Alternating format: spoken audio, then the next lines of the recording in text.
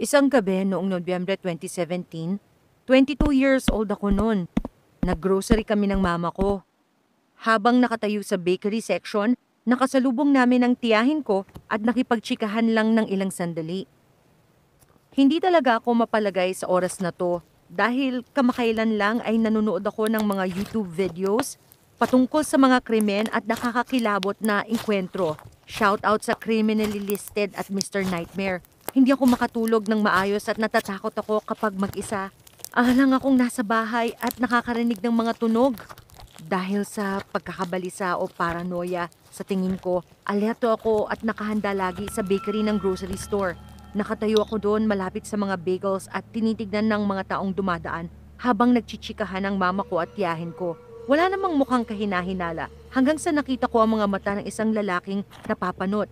Mukha siyang average mid-30s, brawny, neckbeard, nice guy. Naalala ko sa isip ko, God, parang nakakatakot siya, di ba? Habang naglalakad siya sa produce section ng bakery. Pero parang ang sama ko.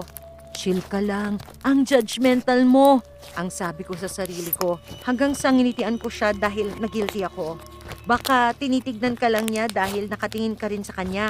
Napapatingin lang siya dahil naglalakad siya.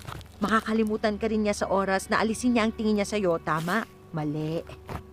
Nakalimutan ko ng lubusan ng pangyayaring to sa loob ng ilang buwan nang walang kamalay-malay. Noong Enero, nakatanggap ako ng messenger request sa dati kong kaibigan na di ko na masyadong nakakausap. Ang kaibigan kong yun ang una sa mga lumapit sa akin. Sinasabi na maraming balita ngayon sa Facebook tungkol sa isang local sex offender na kumukuha ng litrato ng mga kabataang babae na sa tingin niya ay may magandang buhok. Ang ilan ay nasa kanilang 20s tulad ko. Ang iba naman below 18 at pinopost ang mga ito sa isang picture sharing site. Hindi ko alam kung paano pero yung online albums niya punong-puno na at hindi ako nag-exaggerate. Libo-libong litrato na natagpuan at may mga screenshot nito na nakapost sa Facebook para sa awareness. Nakita ko ng kaibigan ko ang ilan sa mga litrato ko. Nakatayo malapit sa bagels at nakatabi sa mama ko at tiyahin ko. Ang mahaba kong buhok ay nakalaylay sa post-French braid waves. Nasusuka ako nang makita ko ang mga screenshots. Sinabi ko sa pamilya ko ang tungkol sa nalaman ko at agad na tumawag ang aking kapatid sa mga pulis para mag-report. Habang kausap niya ang officer, nakatanggap pa ako ng maraming screenshots. Ngayon naman, registry page yun ng sex offender. Siya yung lalaking nasa grocery store. Siya yung lalaking nakakatakot.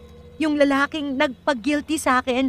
Yung lalaking nginitian ako. Matapos makipag-usap ng kapatid ko sa mga pulis, sinabi niya sa amin na buong gabi sila dinagsa ng mga report.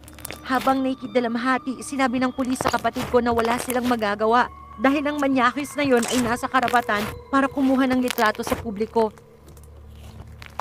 Sinaktan umano ang lalaki sa labas ng isang convenience store noong gabi na nadiskubre ang mga larawan bago pa niya namalayan na nalantad na siya.